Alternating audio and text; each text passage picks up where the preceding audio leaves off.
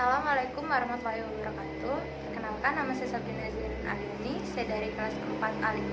Di sini saya akan melaksanakan sebuah video tentang penata laksanaan fisioterapi pada kasus turis sepertiga dexter. Permisi Mbak. Iya. Saya Sabrina Zarin Aliani sebagai fisioterapi di rumah sakit ini. Iya, Mbak.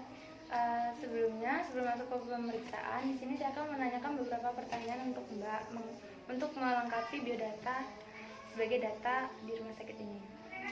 Namanya siapa Mbak? Deskia, Usianya? 12 tahun. Alamatnya? Margora Hayu 2. Orang tua nama Bapak? Suita, Nama Ibu? Nita.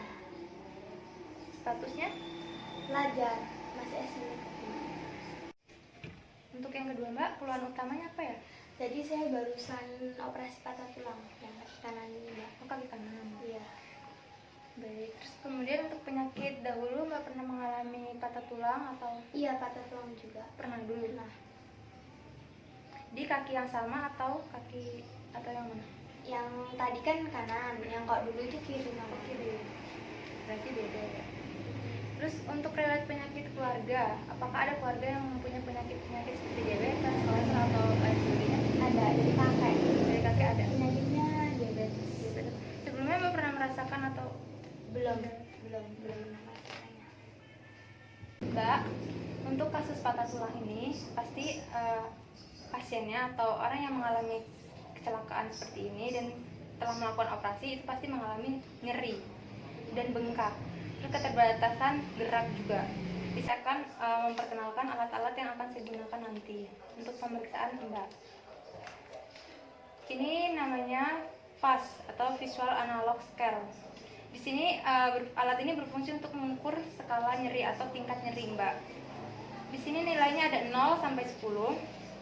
Yang nilainya itu berbeda. 0 itu tidak ada nyeri, 1 sampai 3 itu nyeri ringan, 4 sampai 7 itu nyeri sedang, 7 sampai 9 itu nyeri berat, dan 10 itu tidak tertahankan. Untuk alat yang kedua, ini namanya goniometer. Nah, goniometer ini alat yang berfungsi untuk mengukur lingkup gerak sendi.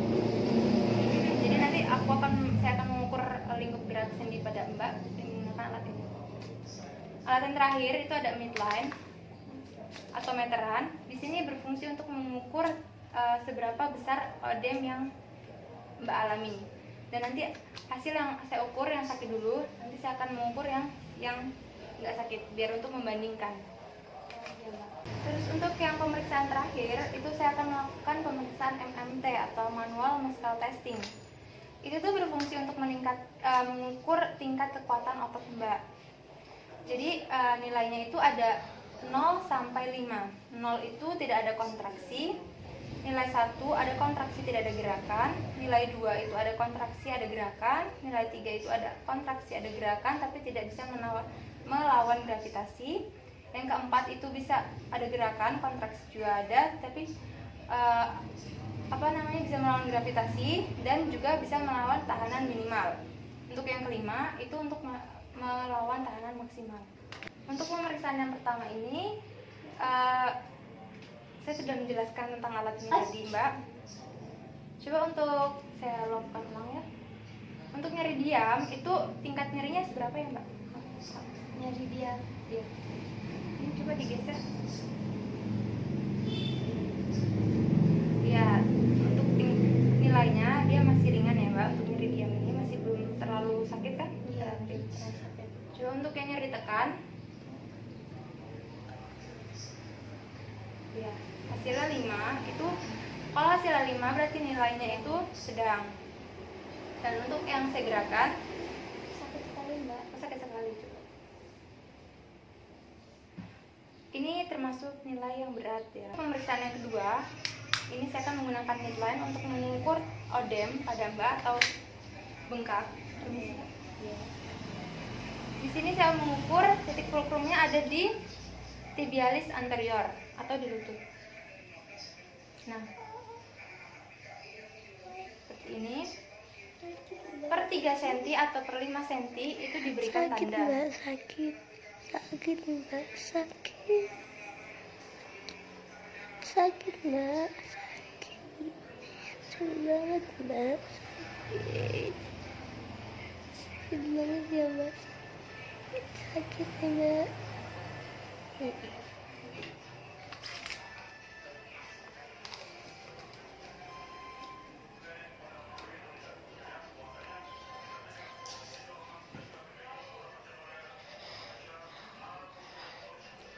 Jadi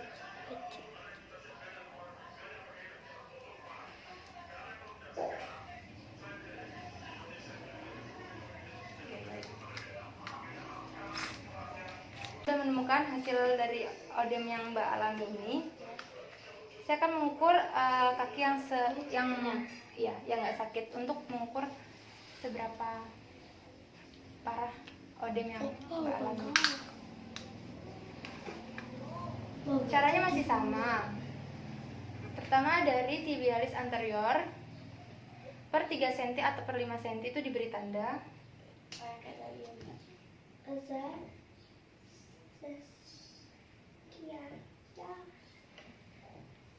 Dan saya akan mengukurnya kembali.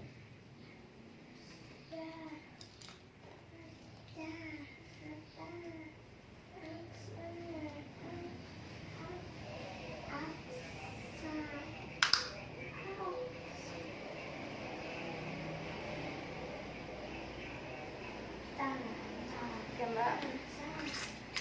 Lalu lanjut untuk pemeriksaan yang ketiga, itu saya akan mengukur lingkup gerak sendi Mbak. Nah, untuk mengukur lingkup gerak sendi itu saya menggunakan goniometer yang sudah saya jelaskan tadi. Pengukurannya ada 3 titik. Yang pertama ada di epicondylus lateral, di malleolus, dan di talus. Seperti ini. Mbak bisa tekuk kaki Mbak semampu Mbak. oh ya semampunya. Iya, semampunya Mbak. Coba begini. Hasil yang diketahui itu adalah 30 cm. Untuk yang untuk yang malleolus itu titik fulcrumnya ada di malleolus dan sejajar dengan metatarsal 5. Coba Mbak seperti ini, seperti ini dulu ya. Udah pol mentok Enggak, belum. semampu Mbak aja. Ya. Ini hasilnya itu 50. Fraksinya turun dengan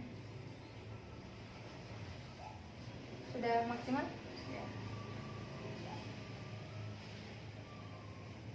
Hasilnya 20. Kemudian untuk titik yang ketiga itu ada di talus seperti ini. Mbak bisa seperti ini dan seperti ini, luar dan dalam. Titik fulcrum ada di talus, kemudian garisnya yang berputar itu sejajar dengan metatarsal 2. Mbak bisa ke dalam? Iya, seperti itu. Oh ya. Coba.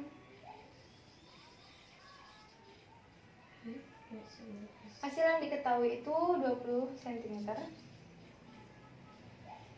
Terus kemudian untuk yang keluar sudah maksimal. Hasilnya cuma 10. Iya, di sini Mbak mengalami keterbatasan lingkup gerak sendi Mbak. Untuk pemeriksaan yang terakhir itu ada manual muscle testing atau untuk kekuatan otot. Jadi coba Mbak tahan sofannya ini, tekan. Ini semampunya Mbak, iya. Ini udah maksimal? Iya, tapi nyerinya Nyeri ya? nyeri banget. Oke, coba Mbak tekan sambil sedikit agak digeser, bisa? Oh, ditekan sambil digeser gini ya. Atau diangkat sedikit, bisa? Diangkat Kak. Iya. Sakit. Sakit banget ya? Sakit banget. Oh, oke. Berarti Mbak batasnya nilainya 2. Lanjut untuk intervensi yang pertama, hari ke-0 ya Mbak ya. Untuk hari ke-0 itu ada Mbak melakukan breathing exercise atau latihan pernapasan. Nah, latihan pernapasan itu ada 3 cara Mbak. Pertama melalui hidung, melalui dada, dan melalui perut. Yang pertama melalui hidung, jadi Mbak tarik nafas melalui hidung dan buang melalui mulut. Coba.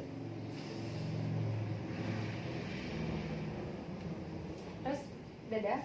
Jadi dada yang mengembang ya. Oh ya. Melalui perut yang mengembang. Nah, latihan breathing exercise ini berfungsi untuk mengurangi nyeri. Untuk yang intervensi yang kedua itu ada static contraction. Coba seperti tadi Mbak tahan sofa ini semampunya. Mbak udah Udah ya. Nah, ini latihan ini dilakukan namanya latihan static contraction. Nah, untuk latihan yang ketiga ini ada relax passive movement. Nah, ini untuk lingkup gerak sendi Mbak. Jadi saya akan membantu pergerakan seperti ini. Saya akan bantu ini di latihan di hari ke-0 agar ini bisa untuk meningkatkan lingkup gerak sendi Mbak. Terus untuk yang ketiga, itu yang keempat, itu Mbak bisa lakukan pumping exercise seperti ini pada bagian ini Mbak. Ya, pada bagian sini. Coba lakukan.